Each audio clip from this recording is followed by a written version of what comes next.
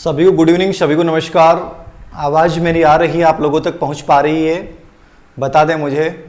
सभी को नमस्कार। शॉर्ट वीडियो करवाओ सर जी, कर देंगे शुरू जल्दी ही, शॉर्ट वीडियो की श्रृंखला भी शुरू कर देंगे। और बताइए कैसे हैं आप लोग? बढ़िया हैं? जय हिंद जय हिंद। सभी को good evening, very good evening.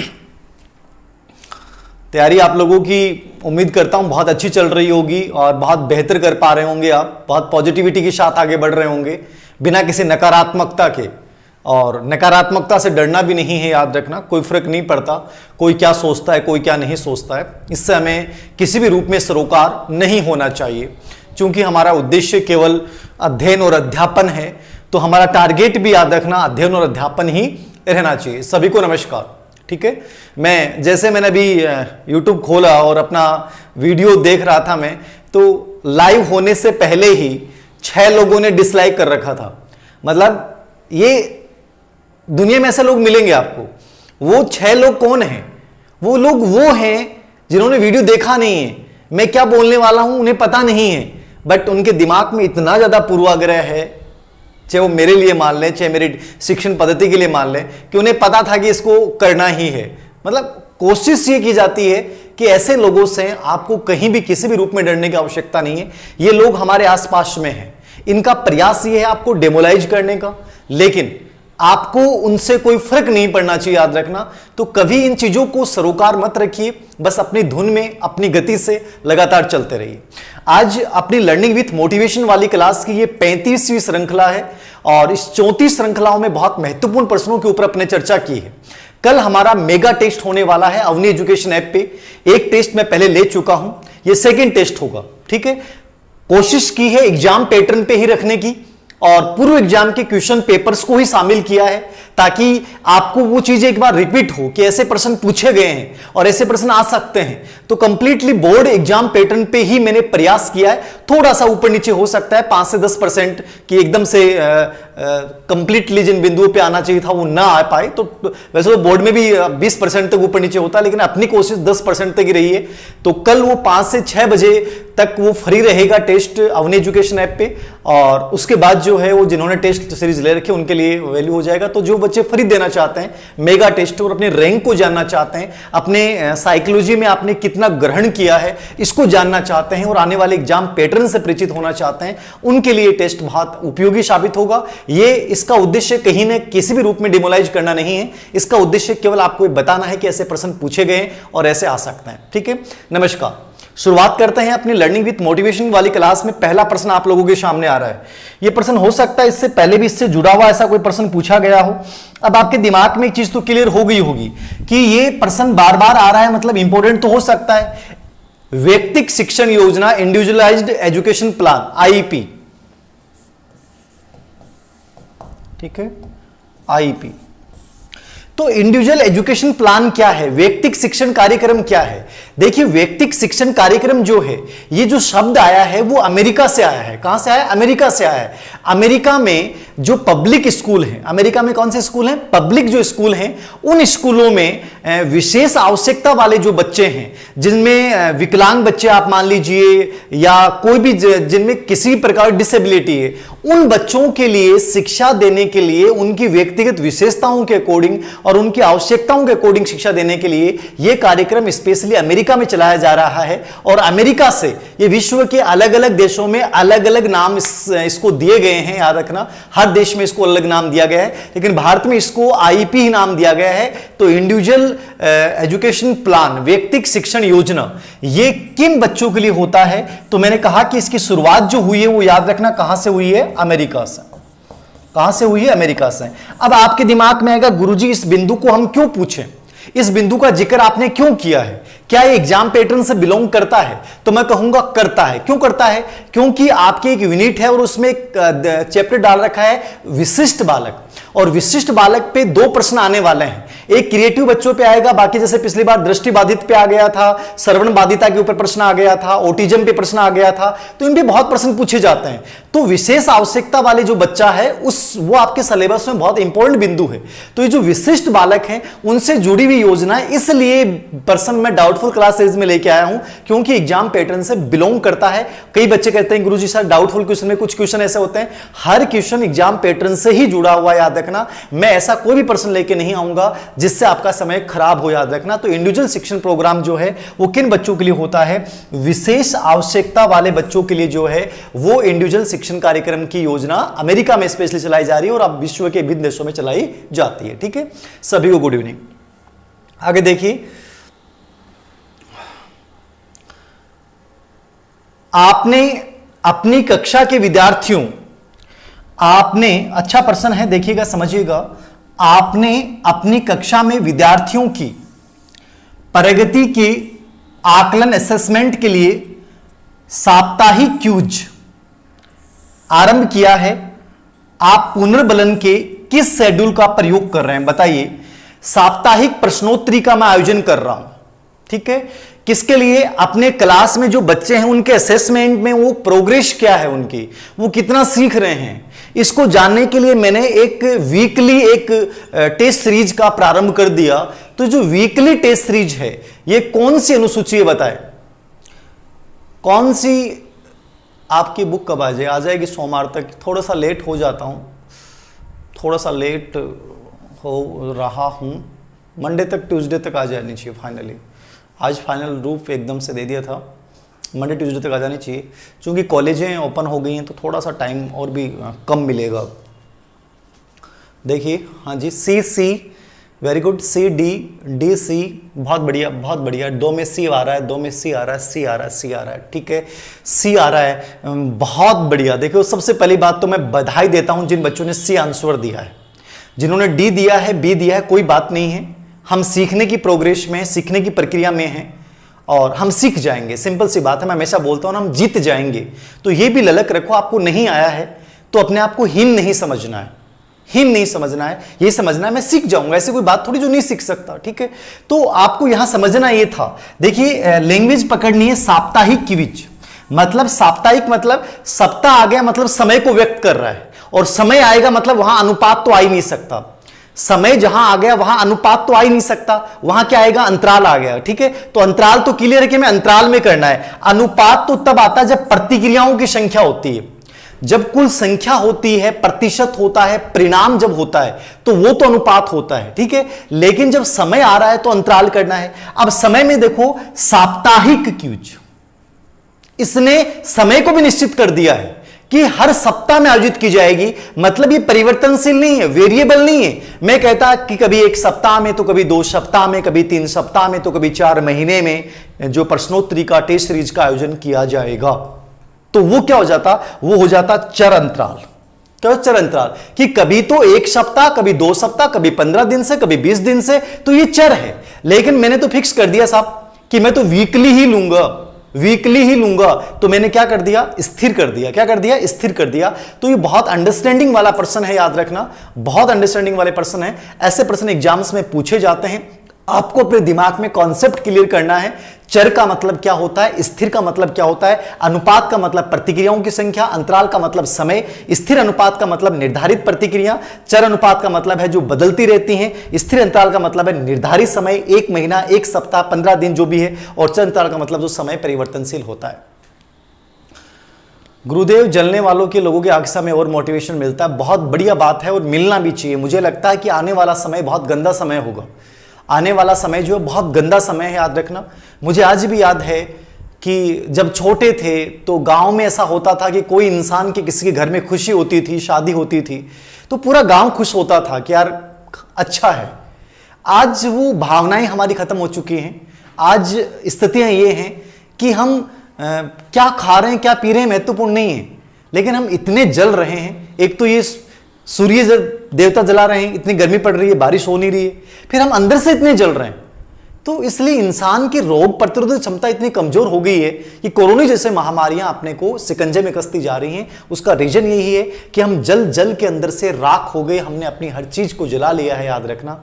तो पुराने लोगों से हमें बहुत कुछ सीखने की आवश्यकता है। और यदि मैं ईश्वर से कुछ चीज मांगू तो ईमानदारी से बात करता हूं कि यदि ईश्वर हमें वापस वो पुराने गांव लौटा दे, उन गांवों की आपसी वो सामंजस्य लौटा दे, वो लोगों का आपसी सौहार्द लौटा दे, वो आपस में लोगों का गले मिलकर खुश होना लौटा दे, वो आपस में लोगों की एक दूसरे की मदद करने की प्रवृत्ति लौटा दे, वो आपस में एक दूसरे के दुख को देखकर दुखी होने की समानुभूति का भाव लौटा दे, तो मुझे लगता है कि वास्तव में जीवन श्रेष्ठ है। बाकी चाहे हम कितनी भौतिक सभ्यता में प्रगति कर लें, ये जीवन नहीं है, याद रखना। बहुत बुरी स्थिति है, मैं खुद जूझ रहा हूं इससे, याद रखना। दिन प्रतिदिन मैं इन चीजों का सामना कर रहा हूं, तो मुझे बड़ा अजीब लगता है, इतना दुख होता है कि क्या हम लोग वास्तव में इतने ज्यादा मतलब नैतिकताएं हमारे अंदर एकदम से खत्म हो चुकी है। बहुत बुरी स्थिति, याद रखना। तो छोड़िए, खैर जो भी है, आपको याद रखना स्थिर अंतराल। सी 3 नंबर का प्रश्न आपके सामने ये रहा।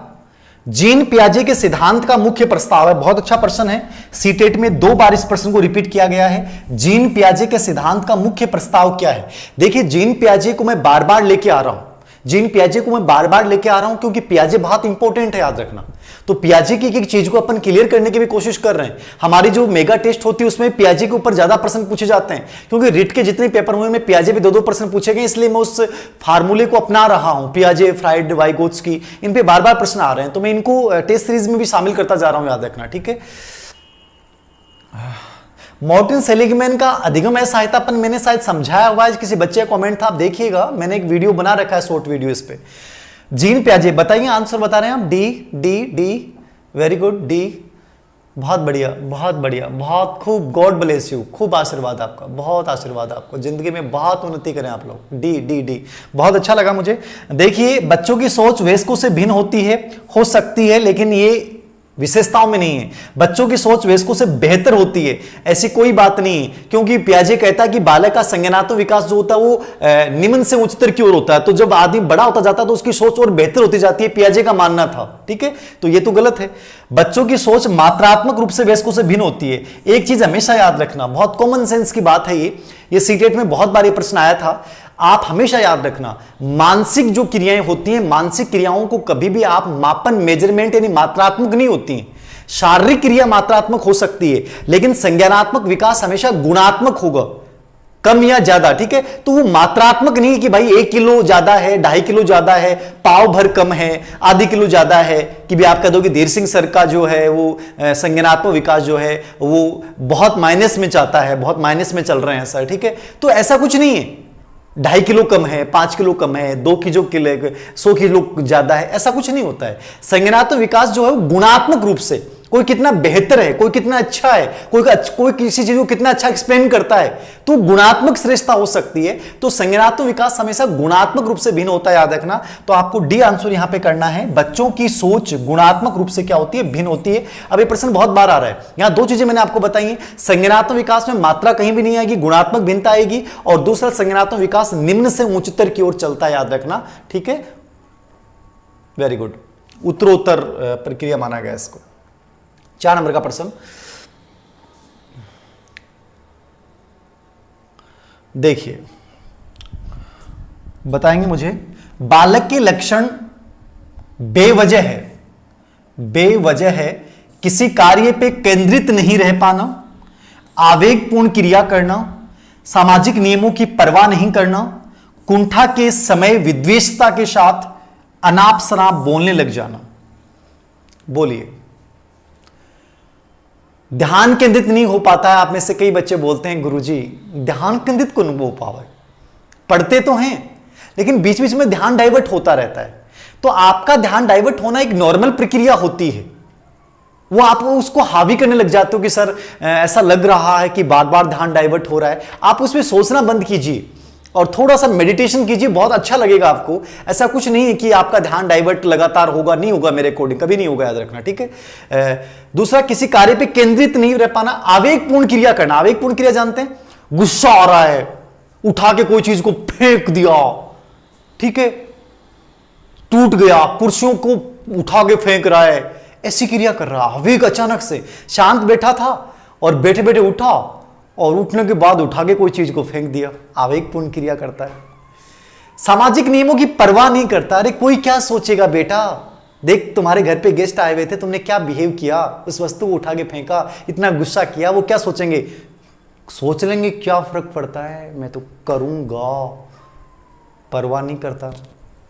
कुंठा के समय, फ्रस्ट्रेशन के समय विद्वेषता, ईर्ष्या, जीलियसी के साथ अनाप शनाप कुछ भी बोलने लग जाता है, खुद को ही नहीं पता कि मेरे मुंह से कौन से शब्द निकल रहे हैं, गाली गलौज करने लग जाता है, इधर से उधर भागने लग जाता है। ये कौन सा बच्चा है, आया हुआ पर्सन है, बताइए बताइए कौन सा बच्चा, हाइपर टेंशन, वेरी गुड, ए, बहुत बढ़िया। अरे थे आजकल केक खावा लगा, मैंने बताओ ना, अरे केक खावा लगा आजकल थारा है, तो दिमाग कहीं बढ़ रहे, ध्यान स्वर सगड़ा ही सही दो। अरे बताओ केक खा क्या हो तारा, बता दो मने के राज के है थारो, मन लगा अब की बार तो झंडा गाड़ दोगा जी, साबू लाग रहा हो, एक एक पर्सन का एक एक सबके सही आंसर आ रहे हैं, बता दो तो राज क्या है तुम्हारी इस सफलता का। ठीक है, वेरी गुड, एकदम सही आंसर है अवधान न्यूनता अति सक्रियता विकार, एडीएचडी।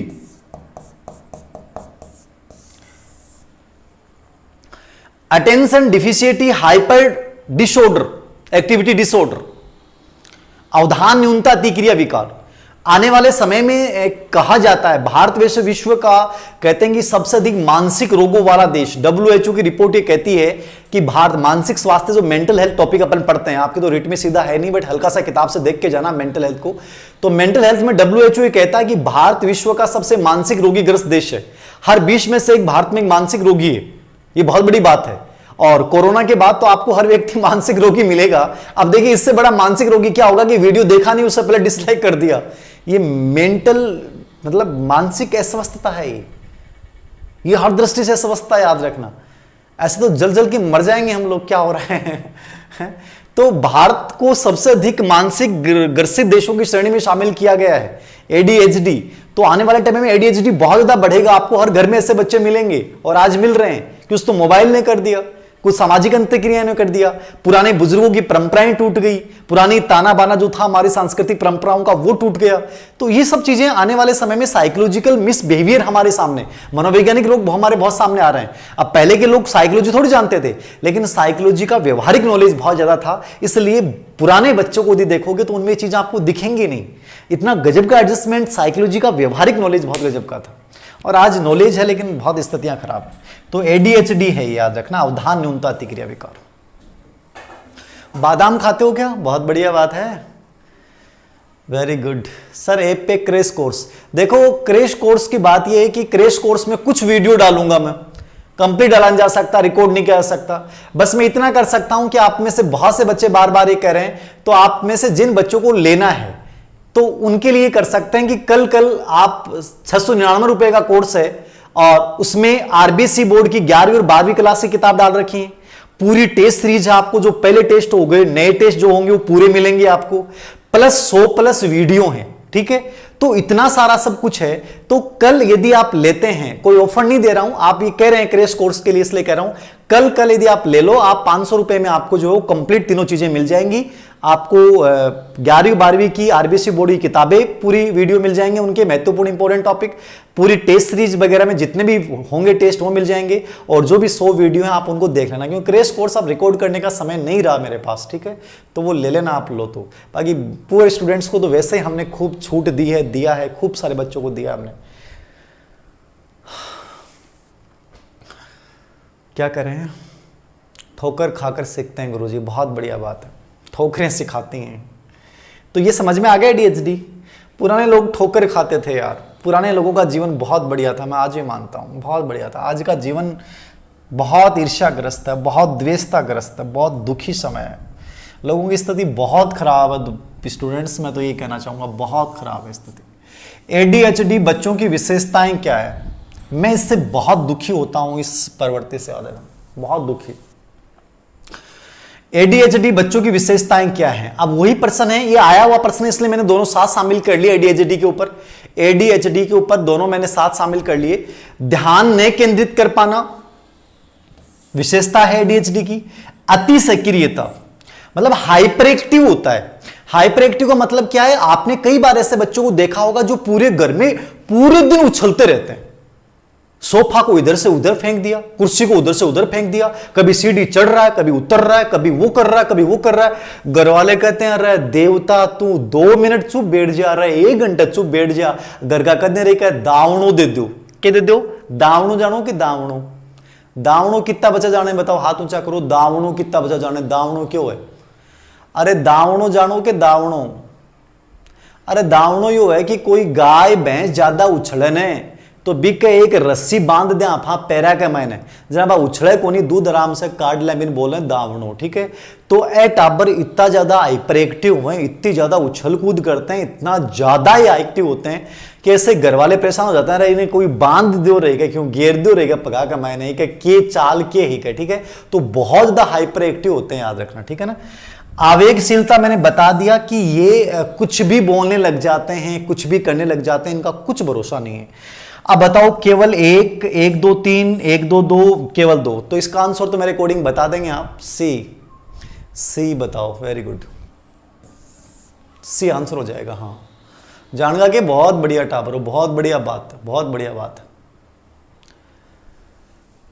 हाँ एक बच्चे ने कमेंट किया गुरुजी ए बोले जक ले ले, हाँ यो भी सही है, अरे टिंगर जक ले ले रहे पूरा दिन है या उछड़बो करे, के काम है यो, नॉर्मली उछड़े वो तो प्रतिभाशाली बच्चों है, मतलब नॉर्मल एक्टिव रहे वो तो ठीक है। एक तो वह टाबर एक्टिव रहे कि मामा हर चीज में करूंगा, मामा ये करूंगा, दूध पीना है तो मामा मैं लेके आता हूं, एक वो है मामा दूध ला दो, मामा बिस्तर बिछा दो, मामा मेरी उम्र काली कॉपी ला दो, ऐक वो है वो तो मान लो कि डफोल संख है, वो क्यों ही नालूम करे, वो याद रखना। लेकिन अत्यधिक एक्टिव है, वो बेटी को नहीं सांस ही कौन ले, वो एडीएचडी है, वो साइकोलॉजिकल प्रॉब्लम है, याद रखियो। 6 नंबर पर देखो भाई, पियाजे के ज्ञानात्मक विकास की प्रथम अवस्था विजय पाने में संबंधित है। पियाजे की जो संवेदी गामक अवस्था है, पहली अवस्था, इसको ज्ञानात्मक क्रियात्मक अवस्था भी बोलते हैं। देखो नाम तो चेंज हो जाएगा, याद रखना। पियाजे की संवेदी गामक अवस्था को अपन ज्ञानात्मक क्रियात्मक अवस्था भी बोल सकते हैं, इसको संवेदी सेंसोरी मोटर स्टेज भी बोल सकते हैं, ठीक है। तो ज्ञानात्मक क्रियात्मक अवस्था कह दो, संवेदी गामक कह दो, इंद्रिय गामक कह दो, तीनों नाम एक ही बात है, संवेदी गामक, इंद्रिय गामक और ज्ञानात्मक क्रियात्मक अवस्था। कार्यकाल क्या होता है इसका, 0 से 2 वर्ष, यानी सेंसोरी मोटर स्टेज। कौन सी स्टेज है ये, सेंसोरी मोटर स्टेज। तो ये जो सेंसोरी मोटर स्टेज है, ये जो अवस्था है, इसमें बच्चा विजय पाता है। किसमें पाता है, किसमें पाता है, बताओ रे, बताओ दानी। 6 में टाबर बता रहे हैं, एक बढ़िया टाबरों, बहुत बढ़िया टाबरों था ना, जिंदगी में खूब उन्नति मिले भाई, बहुत उन्नति मिले, बुक पर्याप्त है। देखो जिंदगी में श्रद्धा की बात होती है, मुझे कई बार बहुत अच्छा लगता है। कल वो बच्ची ने एक कमेंट किया कि सर मैं 2009 से आपसे जुड़ी हुई हूं, इतने साल से तैयारी कर रही थी, और उस बच्ची ने मतलब इतनी मोटिवेट है वो बच्ची मेरे से कि 15 साल तक तैयारी करने के बाद वो लड़की सेलेक्ट हुई। मुझे इतना अच्छा लगा, कल वजूद वाला वीडियो बनाया था, आप लोगों ने पता नहीं उनको बहुत से बच्चों तक ऐसे मोटिवेशनल वीडियो को हर व्यक्ति तक पहुंचाया करो, याद रखना बहुत फर्क पड़ता है लोगों की जिंदगी में, बहुत नकारात्मकता घुसी हुई है लोगों की जिंदगी में, तो किसी की जिंदगी में संबल मिले, कोशिश करें तो जिंदगी में बहुत पॉजिटिव भी होते हैं। एक मेरा स्टूडेंट है, कई बार होता है ना पॉजिटिवली, उत्कर्ष कोचिंग में पढ़ाते हैं नरेंद्र जी, तो वो मेरे पास रीट में 2000 सबसे पहले जब रीट में हमारी पहली रीट थी, कौन सी 15-16 वाली रीट की बात है, वो बहुत अच्छा स्टूडेंट है वो, मतलब इतना परिस्थितियों से इतना लड़ा है वो बच्चा। मैं जब बैठता, आगे आगे बैठता था, वो पैरों में चप्पल लिए तो मुझे कहता था, मतलब मैं उसको देखता था, वो बच्चा आज उत्कर्ष में अच्छा पढ़ा रहा है, करंट जीके वगैरह सब अच्छा पढ़ा रहा है, तो वो उसने मैसेज करता रहता है वो कि सर आशीर्वाद दीजिए, ये बहुत बड़ी बात है। तो जिंदगी में पॉजिटिविटी भी है और नेगेटिविटी भी है, ठीक है। लोग पैर खींचने वाले भी हैं और कुछ लोग हैं, बच्चे मानते हैं कि सर आपसे एक प्रेरणा मिलती है, चाहे वो अपने एक अलग मुकाम पे हैं, कहीं भी हैं, ठीक है। तो जिंदगी में ये हमारे पे डिपेंड पड़ता है कि हम किससे कैसे मोटिवेट हो जाएं। कल का टेस्ट फ्री रहेगा, निश्चित रूप से कल का टेस्ट फ्री रहेगा 5 से 6 बजे के बीच में, और कल समय मिला मुझे तो मैं उसको शाम को 9:30 बजे वाले में हल भी करवा दूंगा। और बाकी जिन्होंने टेस्ट सीरीज ले रखी है उन बच्चों के लिए वैसे रहेगा। और कल आप में से एक बच्चे ने मैसेज किया था क्रैश कोर्स, इसलिए मैं उसी कोर्स को एक क्रैश कोर्स की रेट दे रहा हूं 500 रुपए में आपको। आरबीसी बोर्ड की 11वीं 12वीं किताबें, टेस्ट सीरीज और पूरा कोर्स कल जो बच्चे लेंगे उनके लिए सिर्फ 500 में। वस्तु स्थायित्व बहुत बढ़िया है। देखिए ऑब्जेक्ट परमानेंस है, ये वस्तु स्थायित्व है। 0 से 2 वर्ष में बच्चा वस्तु स्थायित्व पे कब्जा करता है। देखो लॉजिक के ऊपर तो वो औपचारिक संक्रियात्मक अवस्था में जाके कंप्लीटली कब्जा करेगा, ठीक है, स्वामित्व है। प्रतीक चिन्ह के ऊपर वो दूसरी अवस्था में करता है और उपरोक्त सभी पे तो हो ही नहीं सकता। तो वस्तु स्थायित्व की प्रवृत्ति उसमें आ जाती है कि वस्तु गायब नहीं होती, वो वस्तु हमारे सामने इर्द गिर्द होती है। तो वस्तुओं की जो स्थिति है उसको समझ लग जाता है, उसका स्वामित्व स्थापित कर लेता। तो ए आंसर होता है, याद रखना क्या होता है, ए आंसर होता है। 7 नंबर पे टेस्ट कल तैयार रहिएगा, टेस्ट आज पढ़ लीजिएगा, रात दिन में आपको टाइम है। बोर्ड एग्जाम पैटर्न पे रहेगा, कल टाइम रहेगा 5 से 6 बजे का। अवनी एजुकेशन ऐप पे फ्री दे सकते हैं आप, ऐप डाउनलोड करके आप दे सकते हैं, चाहे आपने कोर्स ले रखा नहीं ले रखा है। मेगा टेस्ट जो भी होंगे वो फ्री दे सकते हैं। नूर विद्यालय में अपना लंच बॉक्स लाना भूल गई, यह कहते हुए तान्या से उसका लंच साझा करने के लिए कहा कि तुम्हें आज अपना लंच मेरे साथ साझा करना चाहिए क्योंकि कल मैंने तुम्हारे साथ अपना लंच साझा किया था। लॉरेंस कोहलरबर्ग के नैतिक विकास सिद्धांत के अनुसार नूर का यह कथन अभिविन्यास प्रारूप अवस्था को दर्शाता है। पहले स्टेटमेंट को पढ़ लिया आपने। नूर जो है डाउटफुल वाली क्वेश्चन सीरीज की बुकलेट कोशिश करूंगा निकाल दूंगा इसको भी इस महीने के अंत में, निश्चित रूप से। मेगा टेस्ट हो जाएगा कल, दो आप तो पहले तो बता दूंगा कितने होंगे। देखिए ये प्रश्न जो है इसका आंसर मुझे नहीं पता क्या माना गया था, मैं अपने अकॉर्डिंग मैं इसकी व्याख्या करूंगा। मुझे नहीं पता इसका आंसर क्या माना, हो सकता है इसका आंसर अलग माना है, लेकिन रियल में आंसर क्या होना चाहिए मैं वही बात करूंगा। क्योंकि आंसर कोई भी एग्जाम हो, चाहे वो सीटेट हो चाहे रीट हो, हर एग्जाम में आंसर गलत मान लिए जाते हैं, ऑब्जेक्शन लगा दिया जाता है तो हट दिया जाता है, वरना वो नहीं हटाया जाता है। तो सीटेट में आया था ये प्रश्न। तो नूर जो है वो आज अपना लंच बॉक्स लाना भूल गई, तो तान्या जो अपनी फ्रेंड है उसको कहती कल देख मैंने अपना लंच बॉक्स तेरे सागे सांझो करियो, काल में मेलू जो रोटी बतन खिलाई तो आज तेरो कर्तव्य बना कि मन तेलू मन थोड़ी सी रोटी खिला दे, ठीक है। अब बेचारी किन कह रही है, नूर तान्या ने कह रही है कि मैं तो भूल गई, अरे मैं तनकाल मेली जो लंच बॉक्स लाई भी कमाने 2 रसगुल्ला 1 काजू कतली, ठीक है, तो बेतन में दी कौन दी ना, बात तान्या खा दी ही। तो बोलेगी अब तेरो कर्तव्य बनाए कि देख आज मैं कौन ले रोटी, तो तू मन तेल लंच बॉक्स हो थोड़ा सो मन खुआ दे, मन भूख लाग रही है, ठीक है। अब देखो आप बात जो कही है ना, नूर जो आप बात कही है या एक प्रकार से के है यो आदान प्रदान की बात करिए, तो लॉरेंस कोहलरबर्ग का 3 स्तर हुए, पूर्व परंपरागत और पोस्ट कन्वेंशनल स्टेज। तो कौन सी अवस्था है? आप देखो यहां इतना गलत ये आंसर दे रखे हैं, मुझे नहीं पता इसका क्या माना गया है, इसके ऑप्शन भी गलत है। ये सीटेट में आया प्रश्न है, कानून और व्यवस्था पस परंपरागत। देखो ये तो क्लियरली नहीं होगा, ये तो हो ही नहीं सकता, ए तो हो ही नहीं सकता, याद रखना, ठीक है। कानून व्यवस्था ये तो हो ही नहीं सकती, पस परंपरागत, ठीक है। अब देखो ये भी गलत दे रखा है, कानून व्यवस्था पस परंपरागत में नहीं आती, केवल परंपरागत में आती है। आज्ञा पालन पूर्व परंपरागत, ये भी सही है। आज्ञा पालन जहां बच्चा दंड के वैसे नैतिकता पालन करेगा। अच्छा होना परंपरागत, ये अच्छा होना, अच्छा लड़का अच्छा लड़की कि तुम यदि ऐसा करोगे तो तुम्हें वेरी गुड मिलेगा, शाबाशी मिलेगी। तो अच्छा लड़का प्रशंसा प्राप्त करने नैतिकता पालन करता है, अच्छा होना, तो यहां प्रशंसा वाली तो बात ही नहीं है। आदान प्रदान परंपरागत, यहां ये परंपरागत गलत लिख रखा है, लेकिन यदि चारों ऑप्शन भी हैं और इसके अकॉर्डिंग आंसर छांटना हो आपको, तो याद रखना आपका आंसर क्या होगा, डी होगा। क्योंकि आदान प्रदान विनिमय की अवस्था जो होती है ना, वो पूर्व परंपरागत अवस्था की जो सेकंड स्टेज है वो आंसर होगा। इसमें ऑप्शन ऐसे क्यों है मुझे नहीं पता, बच्चे ने मेरे को प्रश्न भेजा था, मैंने सेम ऐसा टाइप करवा के आपके सामने है। लेकिन यदि आदान प्रदान लिखा हुआ तो आपको आदान प्रदान करना है विनिमय अवस्था, लेकिन ये परंपरागत का नहीं होता, ये पूर्व परंपरागत का पार्ट होती है, सेकंड अवस्था, जिसको व्यक्तिगत विनिमय की अवस्था बोलते हैं कि तुम ऐसा करोगे तो मैं ऐसा करूंगा, तुम मेरे सिर पे खुजली कर दो मैं तेरी कमर पे खुजली कर दूंगा, तू मेरे को कल मैंने तुम्हें खाना खिलाया था आज तुम अपने को खाना खिला दे, ठीक है। तो ये आदान प्रदान विनिमय की अवस्था होती है, ठीक है। डी। 8 नंबर को प्रश्न देखो भाई, निकटस्थ विकास का क्षेत्र क्या होता है? ये केवीएस में आया हुआ प्रश्न है। किसमें आया हुआ? केवीएस 2018 में प्रश्न आया था, केवी केंद्रीय विद्यालय की जो टीजीटी की पीजीटी की भर्ती होती है उसमें प्रश्न आया था, केवीएस में प्रश्न, ठीक है।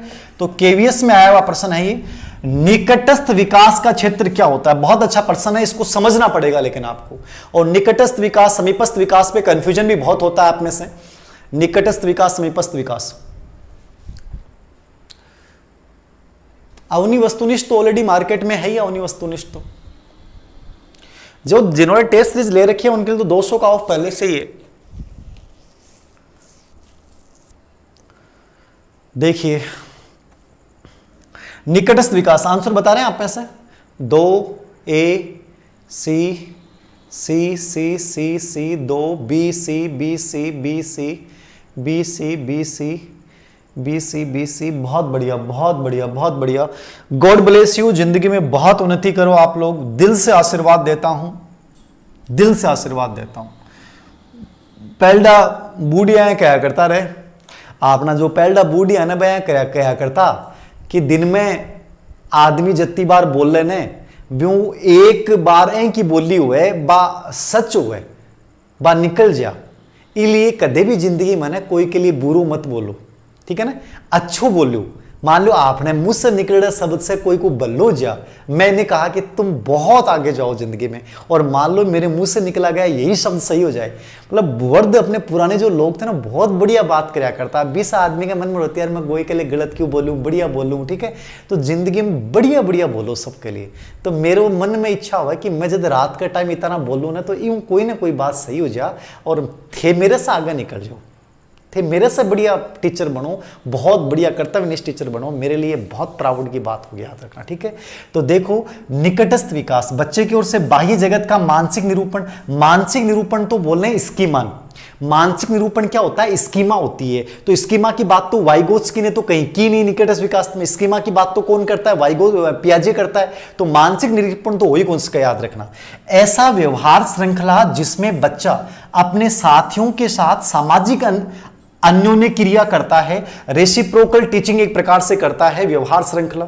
ऐसे कार्यों की श्रेणी जिन्हें पूर्ण करने में के लिए बच्चा सीखने की प्रक्रिया में, प्रोसेस में है, और अपने स्वयं के चेतन विचारों भावनाओं का समूह जिनका बच्चे ने आत्मविश्लेषण किया है।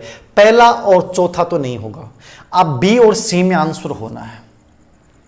किस में होना है, बी और सी में आंसर होना है, ठीक है। बी और सी में आंसर होना है। बहुत बढ़िया सर, कॉलेज में रस पढ़ाते हैं जी जी। बी और सी में बताओ भाई। कॉलेज में मनोविज्ञान पढ़ाता हूँ, आपसे बहुत प्रभावित हूँ। चलो आप मनोविज्ञान पढ़ाते हैं और मुझसे प्रभावित हैं, ये मेरे लिए भी बहुत बढ़िया बात है कि आप मेरे से जिस रूप में प्रभावित हैं। बहुत बढ़िया, आप सभी को आशीर्वाद, बहुत गॉड ब्लेस यू, दिल से गॉड ब्लेस यू, बहुत आगे जाएं आप। देखो बहुत बढ़िया प्रश्न है, समझना था। देखो निकटस्थ विकास समीपस्थ विकास को मतलब क्यों हुआ है, zone of proxy development, Vygotsky का कॉन्सेप्ट है। और इसमें ये होता है कि बच्चा अपने नजदीकी लोग, वो माता पिता हो सकते हैं, कोई सहयोगी हो सकता है, उसकी सहायता से वो सीखता है।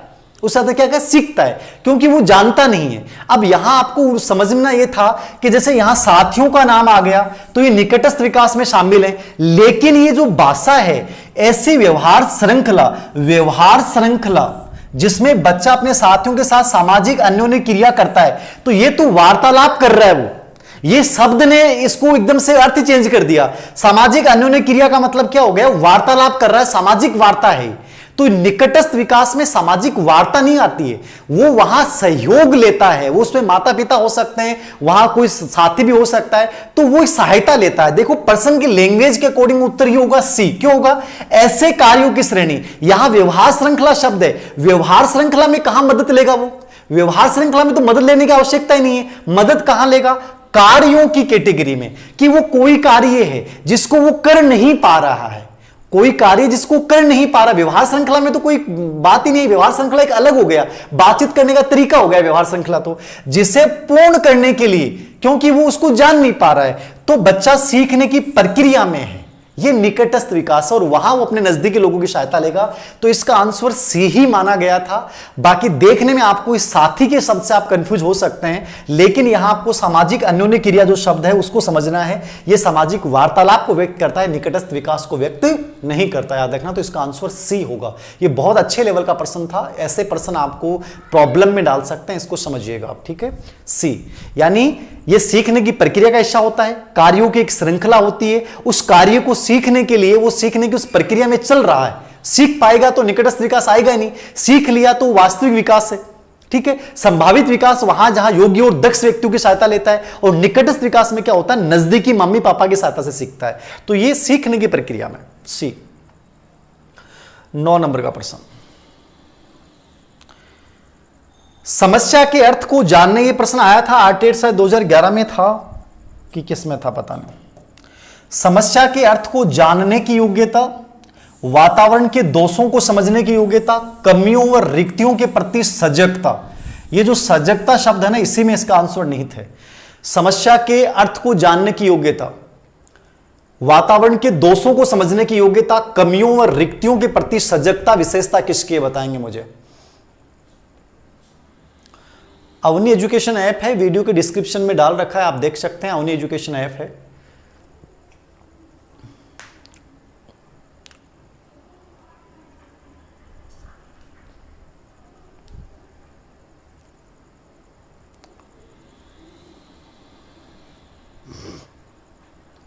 कोई बात नहीं, लाइव नहीं देख पाते हो बाद में देख लिया करो, कोई दिक्कत नहीं। क्या आंसर बता रहे हैं, सी। बहुत बढ़िया, गॉड ब्लेस यू, बहुत अच्छा आंसर दे रहे हो आज आप।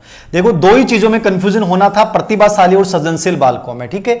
प्रतिभाशाली बालक में भी समस्या समाधान की योग्यता होती है, लेकिन सबसे बड़ी कमी क्या होती है प्रतिभाशाली बालक में, वो वातावरण के जो दोष हैं इनको नहीं समझ पाता है।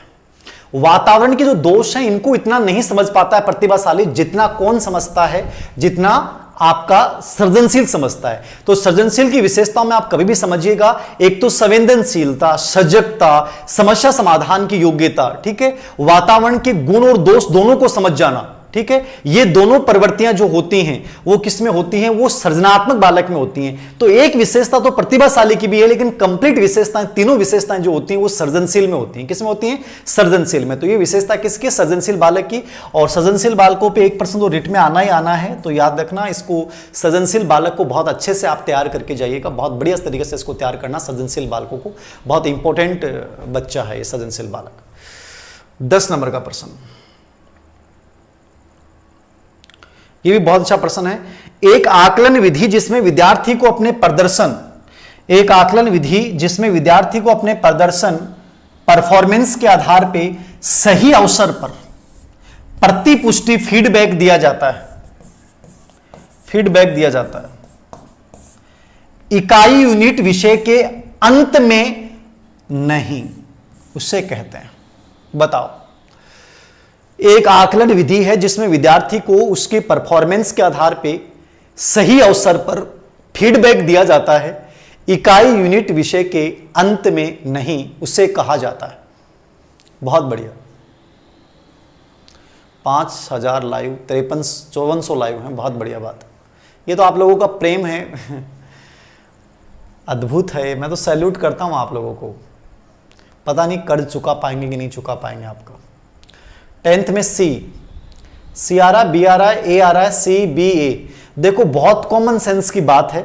ऐसा प्रश्न जब भी आए बड़े आराम से समझना इसको, क्योंकि ऐसे प्रश्न में एक शब्द प्रश्न का आंसर चेंज कर देता है। एक शब्द प्रश्न का आंसर चेंज कर देता है। जैसे ये लिखा कि यूनिट विषय के अंत में। अब कोई बच्चा ये समझ ले कि विषय के अंत में, आगे नहीं पढ़ा उसने, केवल इतना ही पढ़ लिया विषय के अंत में, तो सीधा दिमाग लगाएगा कि विषय के अंत में जो आकलन होता है वो कौन सा आकलन होता है, अधिगम का आकलन। कोई भी कार्य समाप्त होने के बाद जो आकलन होता है वो कौन सा होता है, अधिगम का आकलन होता है, ठीक है। लेकिन इसमें क्या लिख रखा है, विषय के अंत में नहीं। ये नहीं शब्द को पढ़ते ही आपको पता चल जाएगा, मतलब विषय के अंत में नहीं, विषय के सीखने के दौरान।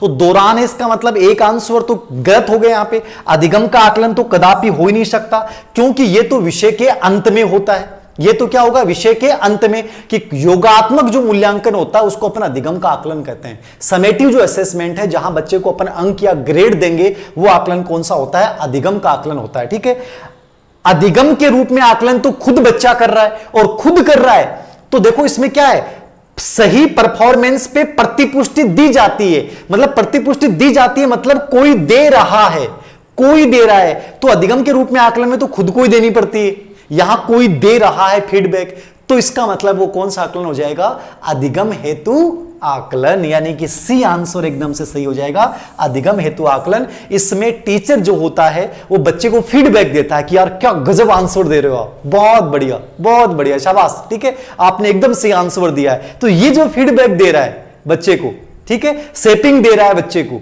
ये एक प्रकार से क्या है, अधिगम हेतु आकलन है। तो ये अधिगम का आकलन लास्ट में होता है। अधिगम के रूप में आकलन में हम स्वयं अपना आकलन करते हैं और अधिगम हेतु आकलन में सीखने सिखाने के दौरान टीचर और बच्चे के मध्य जो है वो आकलन की प्रक्रिया होती है और फीडबैक जो है वो टीचर देता है, याद रखना। तो ये देख लेना, ठीक है। और कोई विशेष प्रश्न हो आप लोगों का?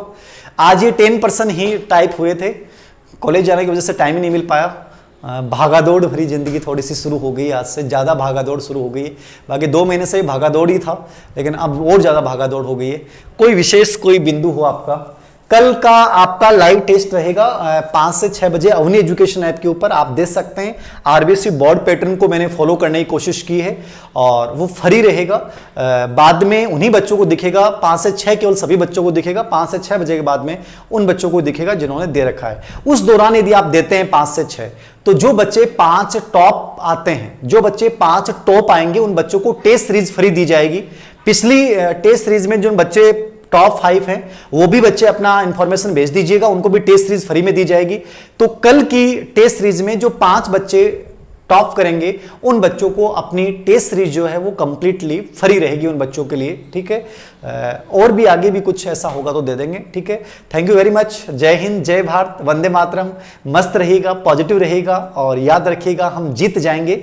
आज 10 ही टाइप हुए, परसों जब आऊंगा, कल तो शायद हो सकता है वही टेस्ट में सोल्व करवा दूं 30%, परसों जब भी आएंगे तो और देखेंगे। जितनी प्रयास रहेगा उतना करवा दूंगा, अधिगम के प्रतिफल करवा दूंगा, कल्पना पढ़ा दूंगा, लॉजिक पढ़ा दूंगा, और कोई टॉपिक बता देना ऐसा आपको लगता है कि नहीं मुझे समझ में नहीं आया वो भी करवा दूंगा, ठीक है। Thank you very much. Tension मत लीजिएगा, कंप्लीटली कोशिश रहेगी हर चीज करवाने की। 60% तो ऑलरेडी मैंने यूट्यूब पे करवा रखा है, ठीक है। ठीक है, थैंक यू वेरी मच। जय हिंद, जय भारत, वंदे मातरम, गुड नाइट।